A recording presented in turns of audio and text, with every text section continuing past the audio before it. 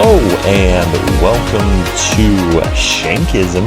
This is episode 8, Japan and Mongolia. So let's talk about Japan first. Obviously you're writing Japan down on your notes. You can see that Japan is broken up into 4 main islands. All right, and I'll talk about that here in a minute. Hokkaido, Honshu, Shikoku, and Kyushu. First thing that you write down here is that Mount Fuji. Mount Fuji is a snow-capped volcano, sacred symbol of beauty and nature. And if you were paying attention to the intro, you would have seen Mount Fuji. Right? It is kind of the most sacred symbol in Japan. So what I would do is I would just draw like a little triangle or something and make it it's like a little like volcano coming out or the lava coming out, whatever helps you. But it's massive. You can see it from Tokyo. It's right there.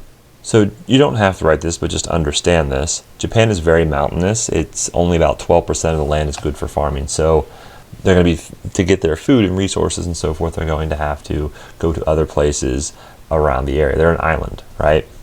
So they're going to have to venture out into the unknown.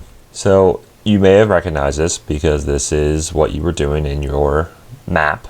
Near China, just across there, the Sea of Japan, about 650 miles, you have those 4 main islands. And an island is where there's water on all sides, not just one side or 2 sides or 3 sides, all sides. And Japan has thousands and thousands of these islands. And what you want to write down here is it's an archipelago. An archipelago is a chain of islands. So think of like Japan, think of maybe like the Virgin Islands, think of like the Aleutian Islands in Alaska, a chain of islands. An island could be something as small as like your bed, just water on all sides. But Japan is full of them. So back to what I was saying earlier about the 4 islands. It is an archipelago, a chain of islands. The 4 main ones you need to write down. So you might want to go 1, 2, 3, 4, and then just go down your paper. The first one there from the top, Hokkaido. The main island is Honshu. The main island is Honshu. If you forget all the other islands, at least remember Honshu. Honshu. Right? Think of it's like as big as a shoe. The green one that you see there is Shikoku, and the last one there is Kyushu. Right? There's over 6,852 islands, and there's more that keep popping up, right? Because it sits on a volcanic line, and I'll show you that here in a minute. But this is one of the main things from Japan. It's an archipelago, and it's a chain of islands. And like if you just see that from whether it's different colors or white or black or blue or green, or doesn't matter, you should be able to tell that those are the islands of Japan. So this would be the terrain of Japan. Again, it's very mountainous, 12% of it. They're going to be fishing a lot. They're going to be trading a lot, especially because they're an island nation. So whatever resources that they don't have, they're going to get from other places. Beautiful there. They also have, you see that down there, you see typhoons. Typhoons are like the hurricanes that we have. They have their typhoon season, so they just call it a different name. But they get them. Our hurricanes come and start from West Africa, and they go across the Atlantic Ocean. Well, these typhoons, they don't follow that African path. They follow like kind of a similar path from the Pacific Ocean. But you're going to get strong winds. You're going to get heavy downpour. Can be disastrous. They also have mudslides, when it gets bad like that, because a lot of it's mountainous, right? So if you're living on a mountain, they're going to have some mud slide down, all right? Well, they live, and you can see on this, hopefully you're familiar with this, there's North America on the top right of your screen, right here.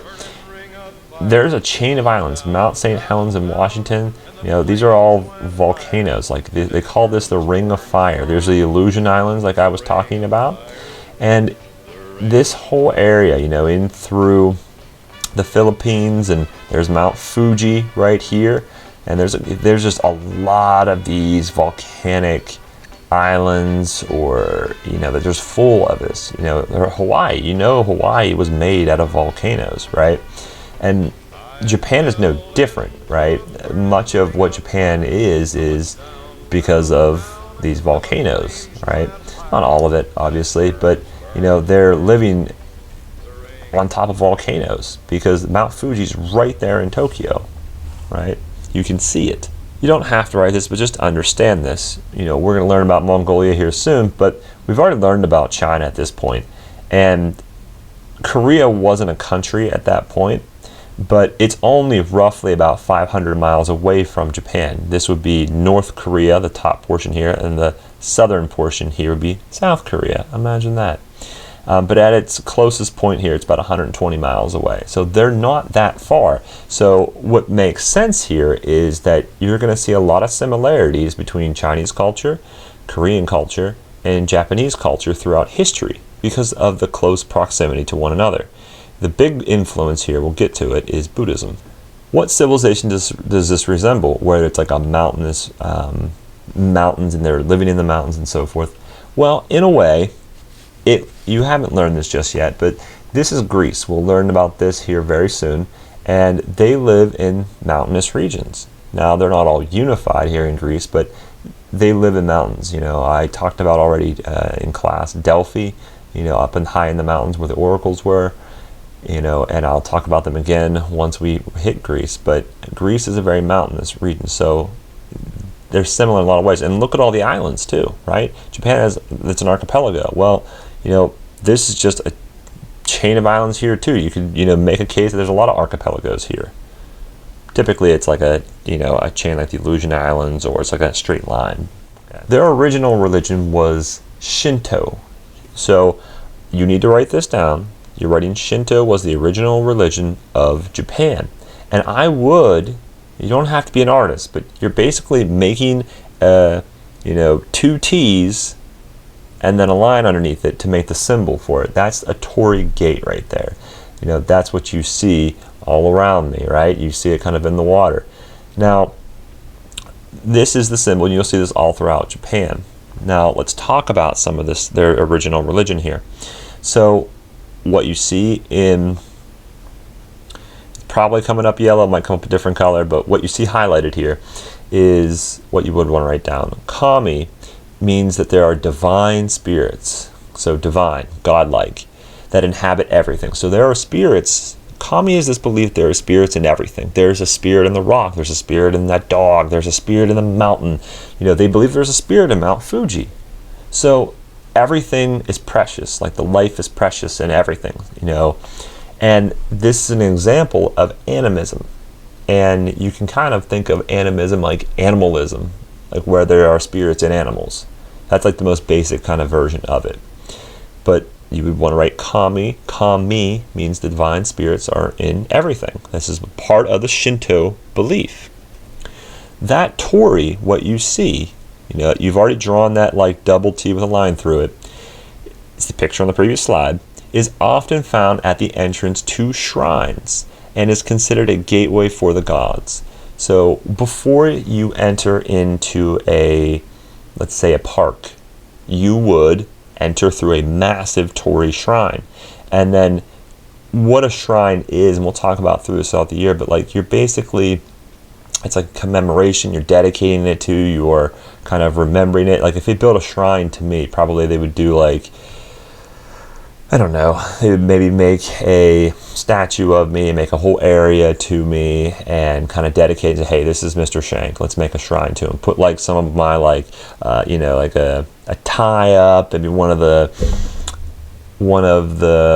shirts that I wore, maybe, like maybe my glasses, and like put some type of writing, like one of my quotes on a stone. Like you're making this whole spiel to me, right?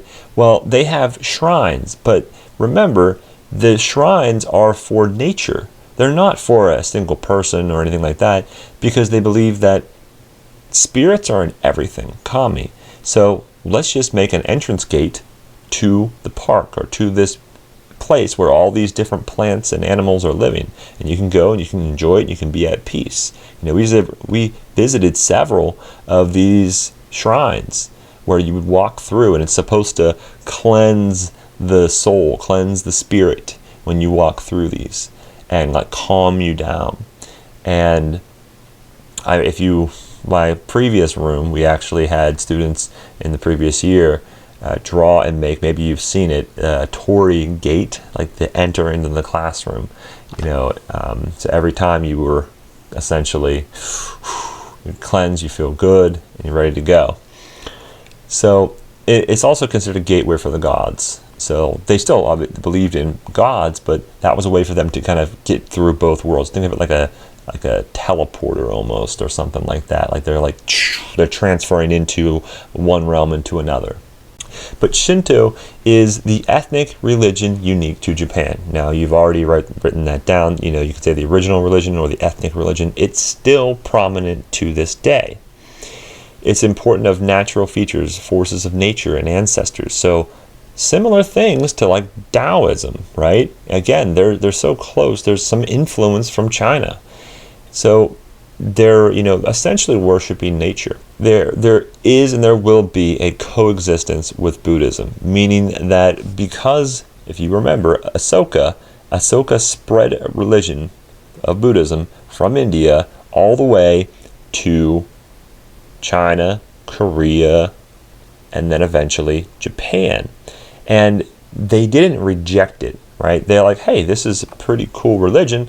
Let's kind of mix the two together. And that's essentially what goes on. They mix Shintoism, this kind of worship of nature and, spirits and everything's kami, and mix it in with Buddhism.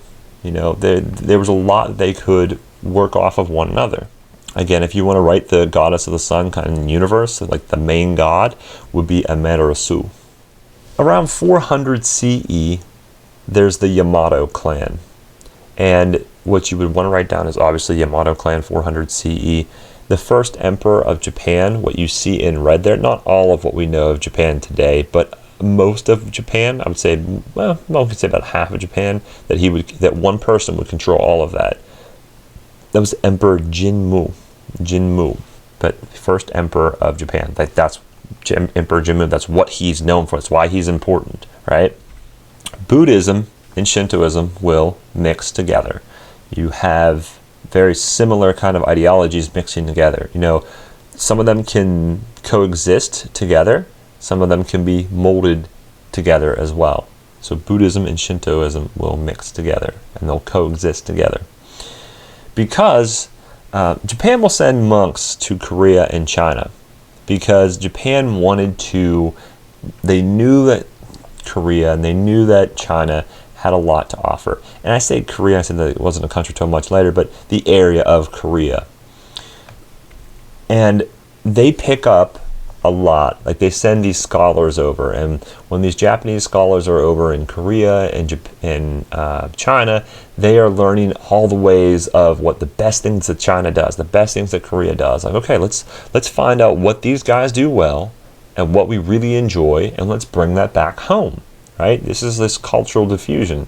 There's nothing wrong with it. You want to make your society as best as possible, and sometimes it's borrowing from other societies.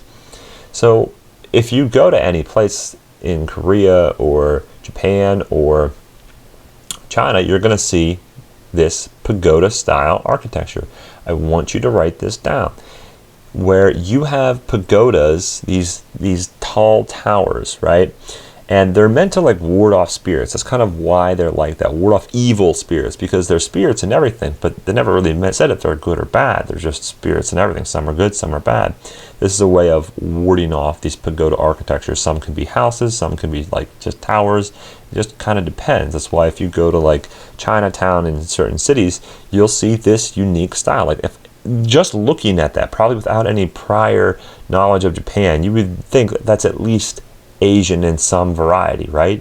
It's because they all kind of have borrowed from one another, and you see that. This is pagoda. If you can draw this, I don't think it's too hard to draw, right? You kind of just draw some like slants on your paper and like a point at the top, like a tall tower like that. That's pagoda architecture. So the language that they would use, the Japanese, would be called kana. Kana is the language of the Japanese. This is not to be confused with kami, where it is there are spirits in everything, that there's like Kana is their language, the written language. This is important, and I do want you to write this down. I want you to draw this social pyramid. We've talked about pyramids, social pyramids in almost every civilization. This one's good because it's going to set up the Middle Ages when we discuss the Middle Ages later on in the year. You have peasants and merchants. You don't have to draw the people, but you just have like the pyramid and the names. Peasants and merchants. Merchants are like traders. Artisans, people that can make like pots and maybe they're like a blacksmith or something, like some type of craft, right? Samurai, that is, I'm going to discuss samurai here soon, like the warrior class. The daimyo, think of the daimyo as like the lord, and I'll talk about that. Shogun is the commander of all of the emperor above him, as you see, all the emperor up here at the top. He's in command. The shogun is in command of all of the troops. If they ever need to like unify, like Jinmu would need everyone to, hey, I need everyone on, all hands on deck. I need everyone ready because we got to fight a bigger threat. Well, the shogun would be doing all of that. And the way I kind of remember it, I think of it like he's riding shotgun. If you're riding shotgun, you're not driving the car, but you're supposed to be the person that kind of like directs, uses directions and like kind of like the second in command type of thing. And that's like a shogun right here. Daimyo is a lord, if you know anything lords from like medieval times. And samurai would compared to a knight in Europe. So you're going to see this feudal system here. And really what it is, it's an exchange of land for protection, right? All this is the emperor's land, but he hands some of that land down to the daimyo. The daimyo has to protect that land that the emperor has given him. So how does he do that? Employs samurais by giving them land to live on, to have crops on, and whatever else they want to do on that land. And the same thing applies to these peasants and merchants and artisans, that they can live on the land that the samurais and so forth have, but it is not actually theirs. And again, this all will go back to the emperor. And I'll explain this more in the Middle Ages. I just want to touch upon it briefly. Again, the emperor, shogun, is the supreme ruler of the emperor's army. Okay?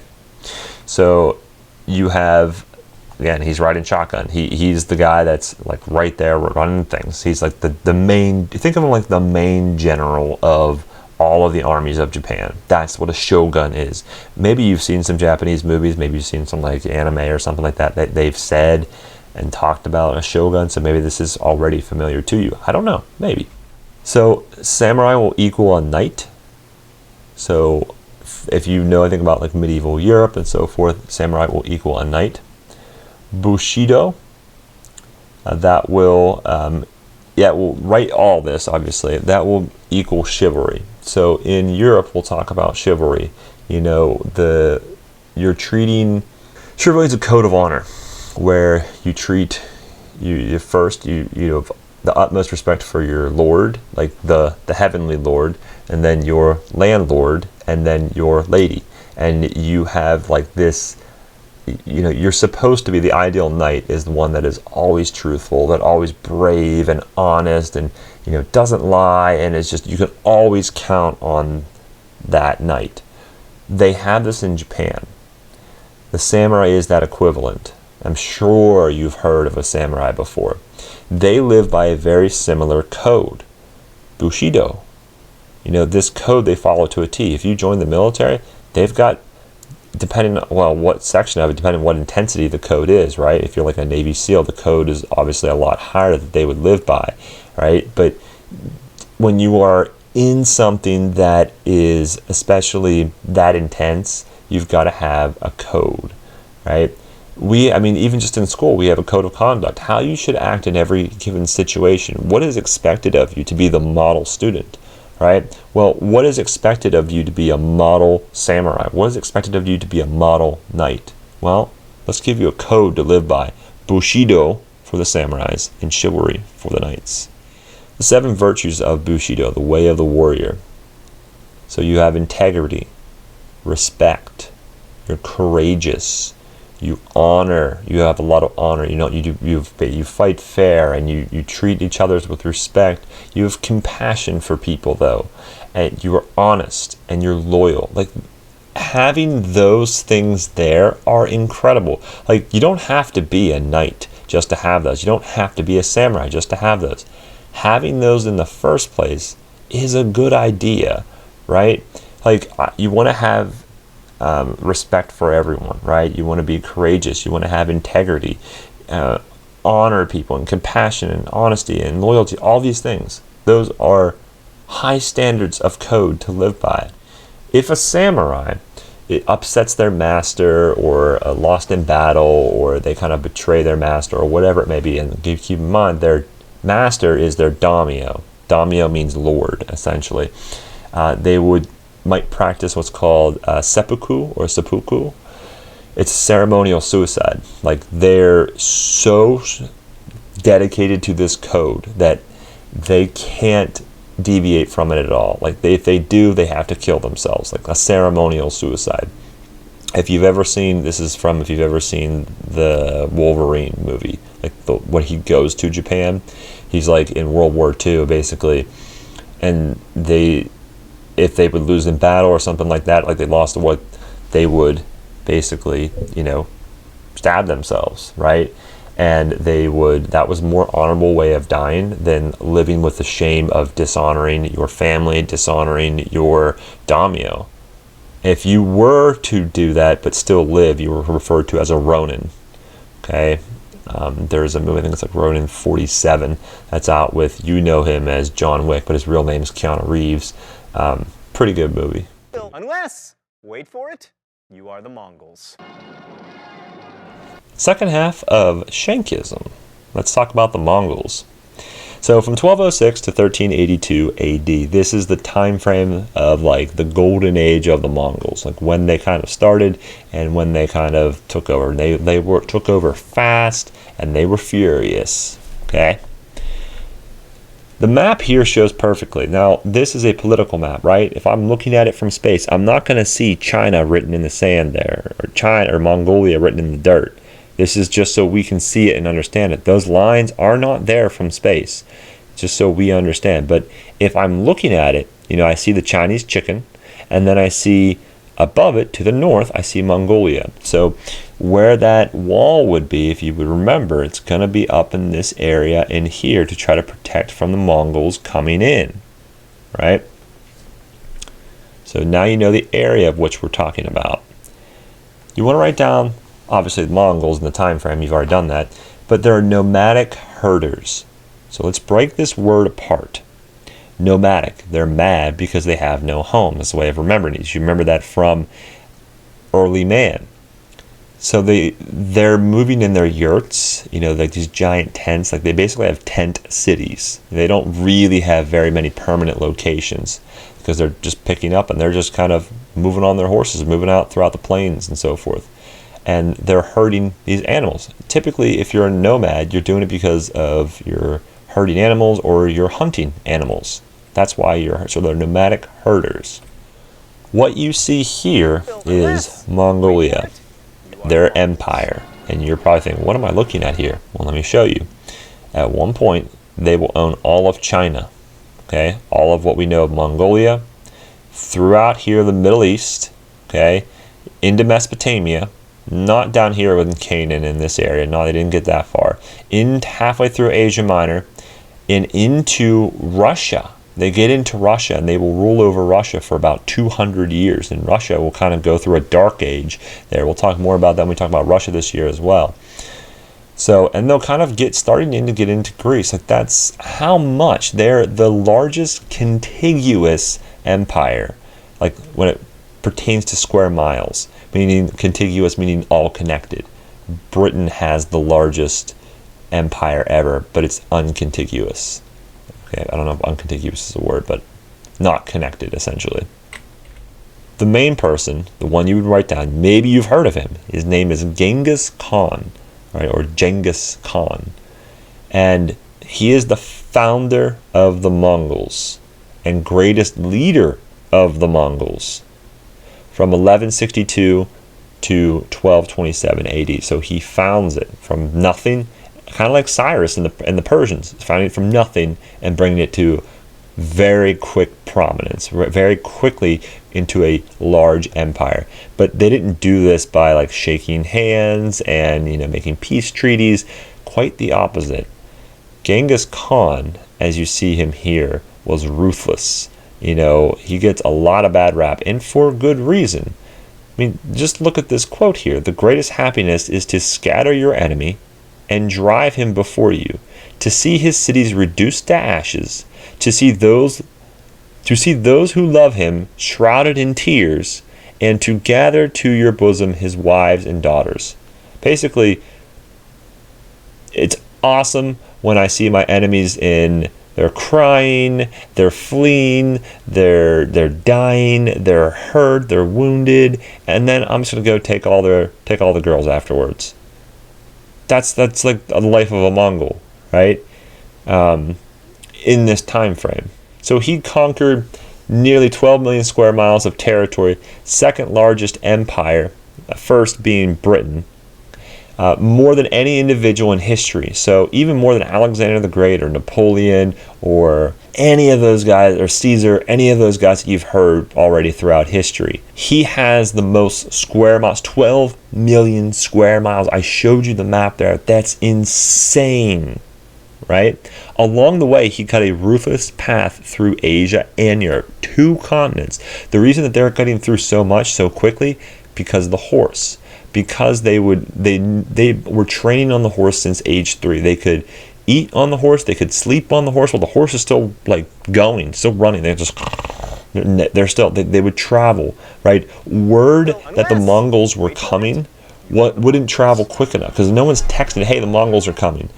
So they would say, hey, the Mongols are on the way, and then the guy that's going to tell the town over how fast the Mongols are getting there won't get there in time. The Mongols will already be there. So the Mongols will go destroy that town, and then the guy that sends the message will come and say, hey guys, the Mongols are coming. They're like, yeah, we know. They come and they took everything, destroyed everything, and took our wives, and they're gone now. I'm lucky to be alive.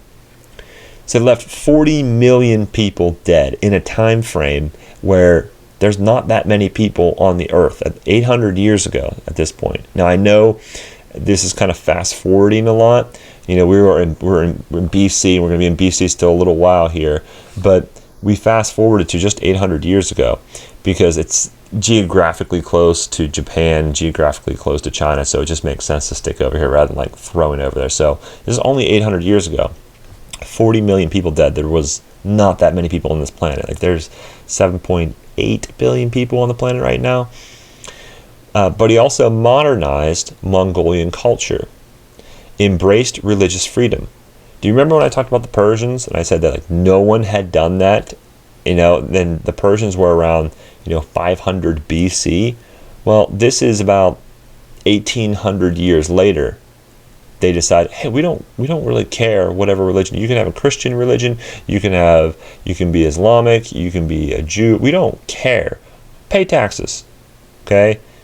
That was kind of the Mongol way, and that's kind of how the Persians were. They have this religious tolerance. It's like you're going and you're conquering all these people, but then you're allowing them. It's very peculiar. And they helped open contact with East and West. So what they wanted to do, once they did this and they started building, and Genghis Khan starts the Khan dynasty, he essentially makes trade open up to Europe and Asia because it had been shut down for a long time. And he opens it back up. The Silk Roads are flowing with products, like you couldn't believe. 1 in 200 people may carry his DNA, Genghis Khan. So somewhere between 1 in 200 people, when what I mean by that is typically most of those people would be over in Mongolia, Asia area. But if this was the classroom, the school, probably 1 or 2 kids in the grade would have some of his DNA, because whenever he would go to a new territory, a new town or whatever, he would take whatever women he wanted.